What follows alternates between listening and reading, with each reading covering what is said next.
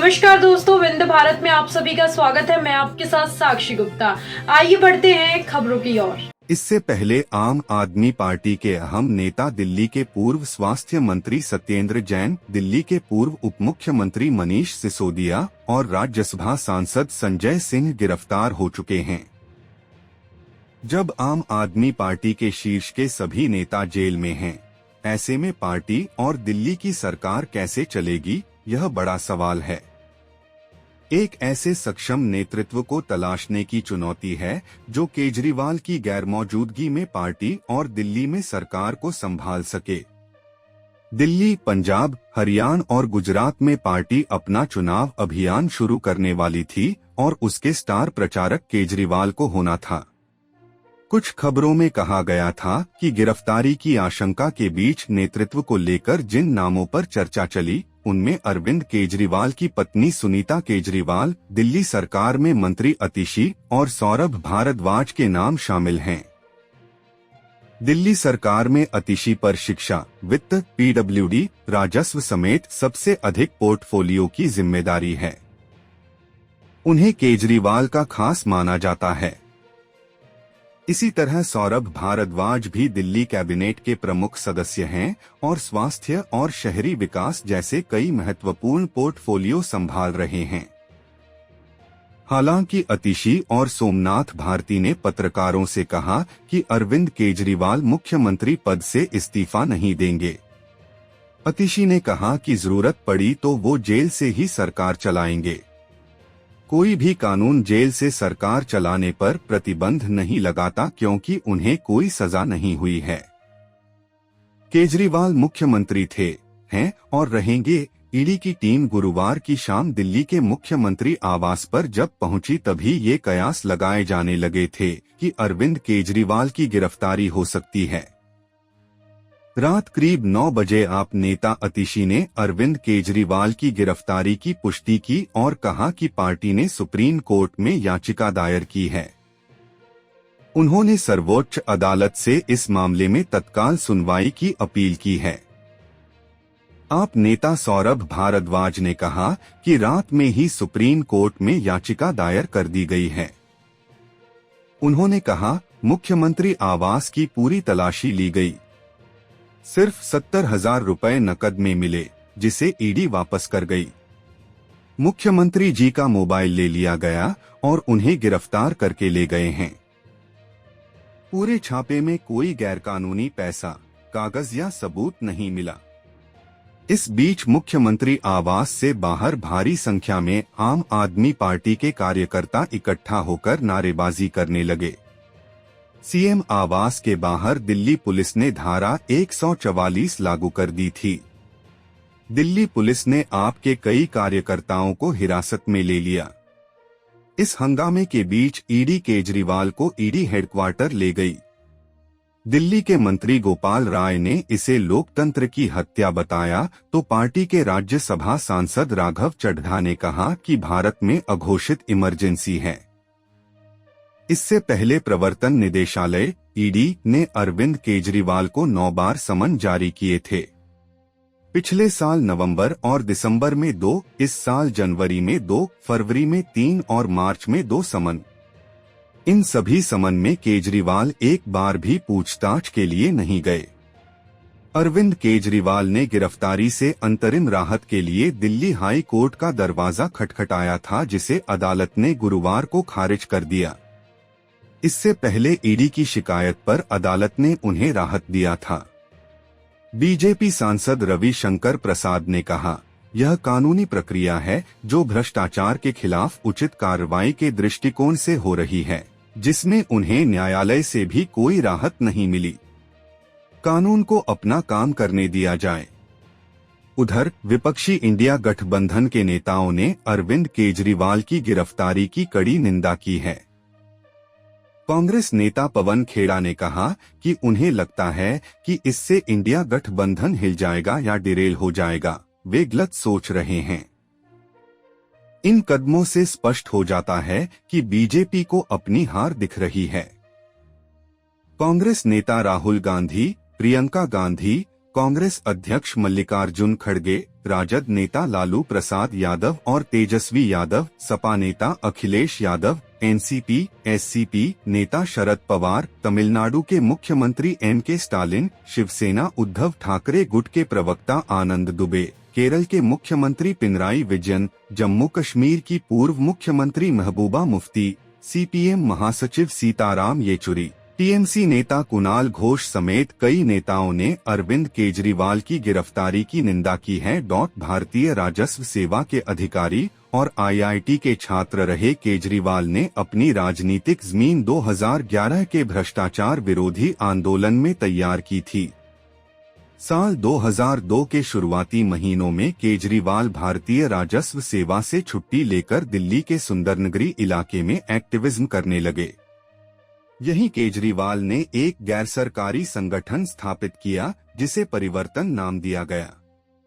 उन्हें पहली बड़ी पहचान साल 2006 में मिली जब उभरते नेतृत्व के लिए उन्हें रेमन मैग्सेसे अवार्ड दिया गया। साल 2010 में दिल्ली में हुए कॉमनवेल्थ गेम्स के आयोजन में हुए कथित घोटाले की खबरें मीडिया में आने के बाद लोगों में भ्रष्टाचार के खिलाफ गुस्सा बढ़ रहा था। सोशल मीडिया पर इंडिया अगेंस्ट करप्शन मुहिम शुरू हुई और केजरीवाल इसका चेहरा बन गए। केजरीवाल ने अपना पहला बड़ा धरना जुलाई 2012 में अन्ना हजारे के मार्गदर्शन में जंतर मंतर पर शुरू किया। 26 नवंबर 2012 को केजरीवाल ने अपनी पार्टी के विधिवत गठन की घोषणा की। केजरीवाल ने कहा कि उनकी पार्टी में कोई हाई कमान नहीं होगा और वो जनता के मुद्दों पर जनता के पैसों से चुनाव लड़ेंगे। केजरीवाल ने राजनीति का रास्ता चुना तो उनके गुरु अन्ना हजारे ने भी कह दिया कि वो सत्ता के रास्ते पर चल पड़े हैं। शुरुआती दिनों में अरविंद को जो मिल रहा था उसे वो पार्टी से जोड़ रहे थे। उनकी ये संगठनात्मक क्षमता ही आगे चलकर उनकी सबसे बड़ी ताकत बनी। केजरीवाल ने ऐसे स्वयंसेवक जोड़े जो भूखे रहकर भी उनके लिए काम करने के लिए तैयार थे, लाठी डंडे खाने के लिए तैयार थे। इन्हीं स्वयंसेवकों के दम पर केजरीवाल ने 2013 में दिल्ली विधानसभा चुनाव लड़ा। राजनीति में पदार्पण करने वाली उनकी पार्टी ने 28 सीटें जीती। स्वयं केजरीवाल ने नई दिल्ली सीट से तत्कालीन सीएम शीला दीक्षित को 25,000 से अधिक वोटों से हराया, लेकिन उन्हें सरकार इन्हीं शीला दीक्षित की कांग्रेस पार्टी के साथ मिलकर बनानी पड़ी। केजरीवाल जल्द से जल्द जनलोकपाल बिल पारित कराना चाहते थे, लेकिन गठबंधन सरकार में साझीदार कांग्रेस तैयार नहीं थी। अंततः 14 फरवरी 2014 को केजरीवाल ने दिल्ली के सीएम पद से इस्तीफा दे दिया और फिर सड़क पर आ गए। कुछ महीने बाद ही लोकसभा चुनाव होने थे। केजरीवाल बनारस पहुंच गए, लेकिन बनारस में केजरीवाल 3,70,000 से अधिक मतों से हार गए। लेकिन इसके अगले साल ही दिल्ली के लिए हुए विधानसभा चुनावों में 70 में से 67 जीतकर केजरीवाल ने इतिहास बनाया और 14 फरवरी 2015 को फिर दिल्ली के मुख्यमंत्री की शपथ ली। इस बीच राष्ट्रीय राजनीति में आम आदमी पार्टी का कद और बढ़ा है और उसके साथ ही केजरीवाल का भी पंजाब में आपकी सरकार है। दिल्ली के एमसीडी चुनाव में पार्टी को बहुमत मिला तो यूपी के नगर निकाय चुनावों में पार्टी के करीब 100 उम्मीदवार जीते।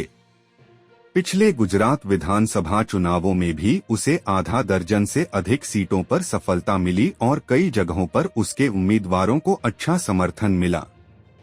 पिछले साल ही चुनाव आयोग ने आम आदमी पार्टी को राष्ट्रीय पार्टी का दर्जा दिया।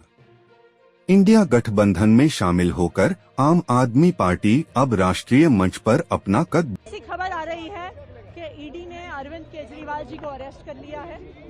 ये बिल्कुल साफ था, जितनी भारी संख्या में पुलिस आई थी, जितनी भारी संख्या में पैरामिलिट्री फोर्सेस यहाँ पे स्टेशन थे, कि आज ईडी अरविंद केजरीवाल जी को अरेस्ट करने के लिए आ रही है। अरविंद केजरीवाल का अरेस्ट भारतीय जनता पार्टी की और प्रधानमंत्री नरेंद्र मोदी जी की एक राजनीतिक साजिश है। प्रधानमंत्री नरेंद्र मोदी जी को अगर किसी एक नेता से डर लगता है तो वो नेता अरविंद केजरीवाल है। 2 साल में जब से इस केस का इन्वेस्टिगेशन चल रहा है 2 साल में 1 रुपए की भी रिकवरी ना ईडी ना सीबीआई कर पाई है। 500 से ज्यादा अफसर इस केस में लगे हुए थे, 1000 से ज्यादा रेड्स हुए, आम आदमी पार्टी के नेताओं के घर, मंत्रियों के घर, उनके ऑफिसेज में हर जगह रेड हुई, लेकिन उसके बावजूद 1 रुपया आज तक नहीं मिला है। तो आज लोकसभा का चुनाव अनाउंस होने के बाद अरविंद केजरीवाल का अरेस्ट एक राजनीतिक साजिश है, लेकिन मैं प्रधानमंत्री नरेंद्र मोदी जी को कहना चाहती हूँ कि अरविंद केजरीवाल सिर्फ एक इंसान नहीं है, अरविंद केजरीवाल एक विचार है। अगर आपको लगता है कि एक अरविंद केजरीवाल को गिरफ्तार करके आप इस विचार को खत्म कर सकते हो तो आपको गलत लगता है।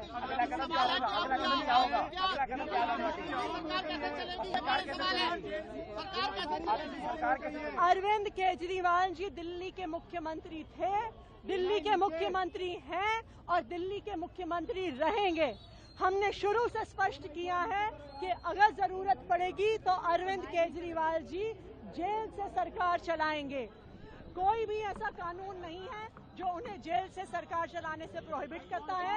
उनका कोई कन्विक्शन नहीं हुआ है, उनका कोई कन्विक्शन नहीं हुआ है, वही दिल्ली के मुख्यमंत्री रहेंगे। ये लड़ाई चलती रहेगी। कानूनी लड़ाई यानी कि मुख्यमंत्री अपने पद से इस्तीफा नहीं देंगे, ये आपने क्लियर कर दिया है। अरविंद केजरीवाल जी दिल्ली के मुख्यमंत्री हैं और दिल्ली के मुख्यमंत्री रहेंगे। ये बिल्कुल साफ है और ये बिल्कुल स्पष्ट है, इस पे कोई दो राय नहीं है। आप कानूनी लड़ाई कैसे पहुंचे? अब कानूनी लड़ाई का क्या होगा? हम बिल्कुल सुप्रीम कोर्ट हमने केस फाइल कर दिया है। अरविंद केजरीवाल के अरेस्ट को क्वॉश करने का केस सुप्रीम कोर्ट में फाइल कर दिया है। अभी उसकी अर्जेंट मेंशनिंग के लिए हमारे वकील सुप्रीम कोर्ट जा रहे हैं। हम ये डिमांड करेंगे कि आज रात को ही इस केस की सुनवाई हो।